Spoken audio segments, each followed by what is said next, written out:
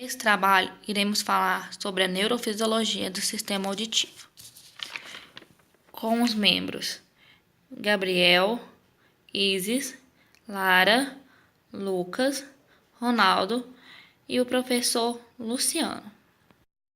Falando um pouco da estrutura anatômica da orelha, a orelha vai ser dividida em orelha externa, orelha média e orelha interna. A orelha externa ela consiste na aurícula ou na pina, que vai direcionar as ondas sonoras para dentro do meato acústico externo, que é o canal auditivo. Na sua extremidade interna, o canal auditivo vai ter uma membrana chamada membrana timpânica, que é essa estrutura roxa aqui, que vai separar a orelha externa da orelha média. A orelha média é uma cavidade cheia de ar que vai se conectar à faringe por meio da tuba auditiva, que é essa região aqui, ó. A orelha média vai ser composta por 3 ossículos, que são o martelo, a bigorna e o estribo. Esses ossículos eles vão estar conectados por estruturas semelhantes a dobradiças. Então, nós vamos ter essa primeira dobradiça, conectando o martelo à bigorna, e essa dobradiça aqui, conectando a bigorna ao estribo.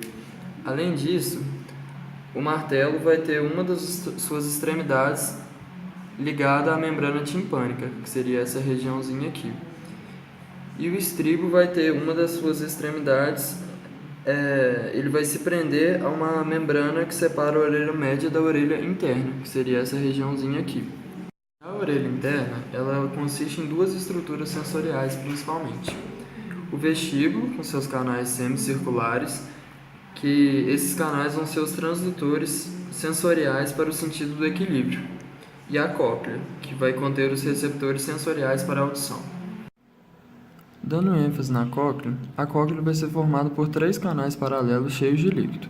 A rampa do vestíbulo, que vai conter a janela oval do vestíbulo, a rampa do tímpano, que vai conter a janela redonda da cóclea, e o ducto coclear. A rampa do vestíbulo e a rampa do tímpano vão se conectar aqui no final da cóclea através de uma pequena abertura chamada de helicotrema, que vai ser aqui, como dá para perceber a continuidade das duas.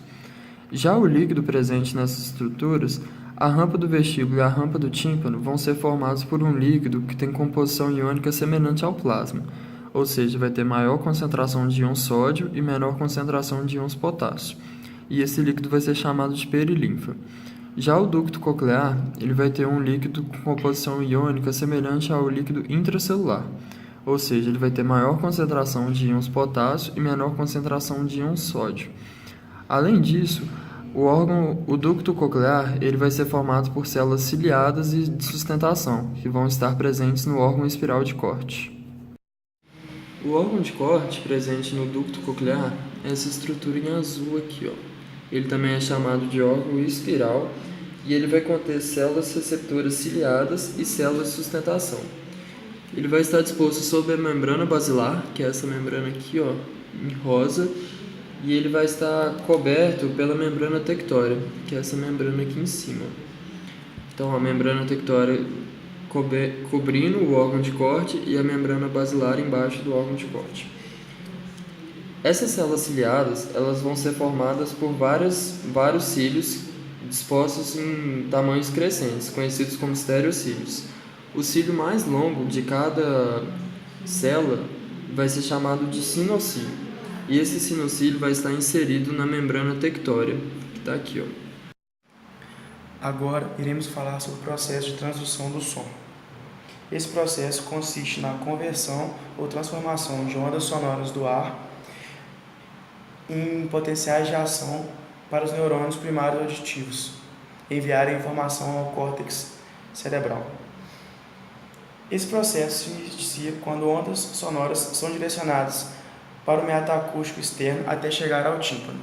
O meato acústico externo consiste nessa região e o tímpano nessa membrana, nessa região aqui. Após chegar ao tímpano, essa membrana vibra e essas vibrações são transferidas para os 3 ossículos do ouvido: o martelo, a bigorna e o estribo. As vibrações transferidas do tímpano para o martelo é denominada a primeira transdução. Esses 3 ossículos criam uma alavanca que multiplica a força de vibração do som. Quando o estribo vibra, ele puxa e empurra a janela oval, que é essa região. Uma região que entra em contato com a rampa vestibular, uma membrana. As vibrações da janela oval criam ondas nos canais cheios de líquidos da cóclea, que é denominada a segunda transdução. Então, essas vibrações nessa região vão causar ondulações na região da cóclea. Prosseguindo o processo de transdução, após a segunda transdução, que é a passagem das vibrações da janela oval para a rampa vestibular, haverá um movimento do líquido na cóclea, que empurrará as membranas flexíveis do ducto coclear. O ducto coclear é este em azul, que vão inclinar as células ciliadas sensoriais.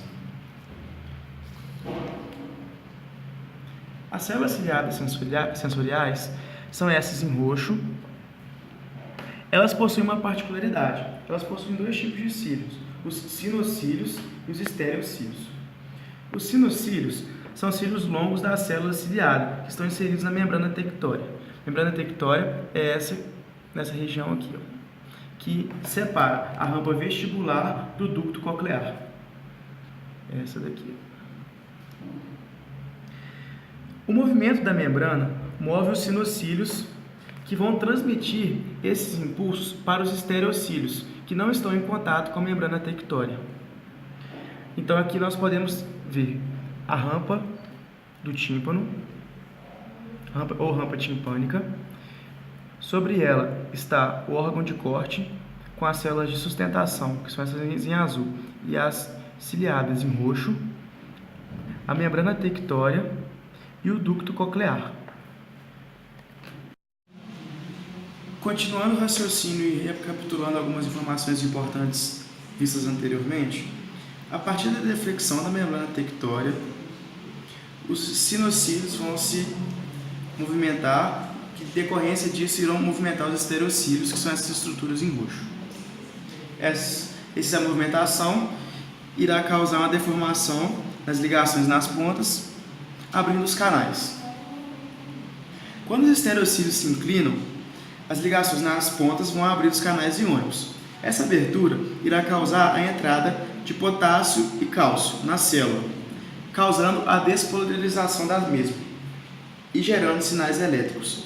Esse processo é denominado a terceira transdução. A partir da despolarização causada pela entrada de íons cálcio e potássio, esses sinais elétricos vão causar a liberação de neurotransmissores que podem ser vistos nessas vesículas. Essa liberação de neurotransmissores é denominada a quarta transdução.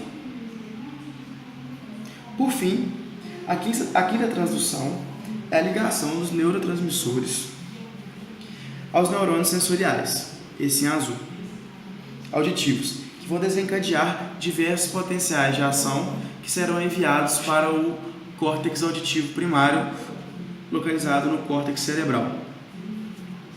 Ainda é importante salientar que quanto maior a frequência de disparo do neurônio sensorial, mais potenciais de ação vão ser desencadeados, como pode ser visto nesse gráfico. Quanto maior a frequência de disparo, mais potenciais de ação vão chegar. Isso tudo é determinado de acordo com o estímulo que as células ciliadas irão receber do processo que foi visto anteriormente.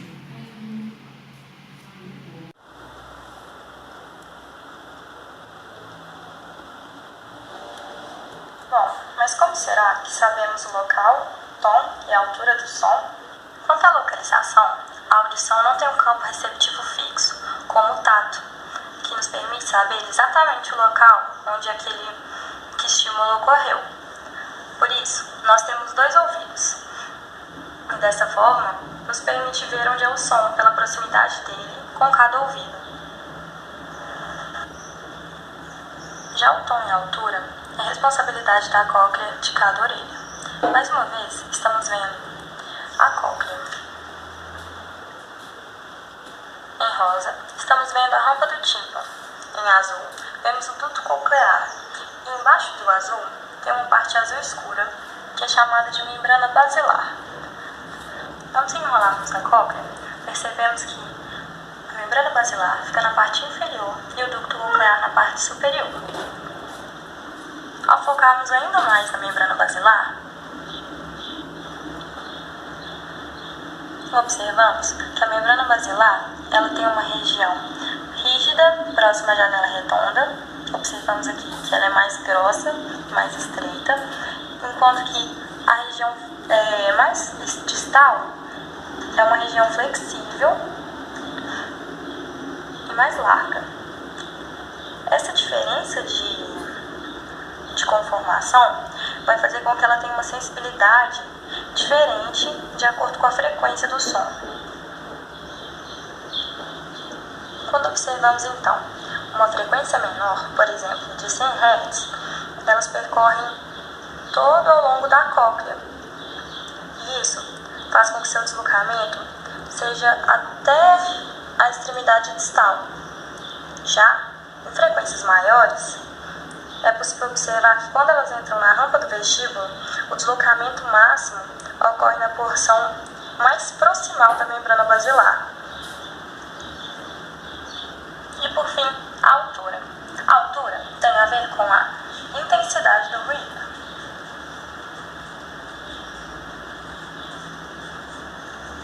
Quanto maior for a intensidade do ruído, maior a quantidade de estímulos que serão mandados para os receptores.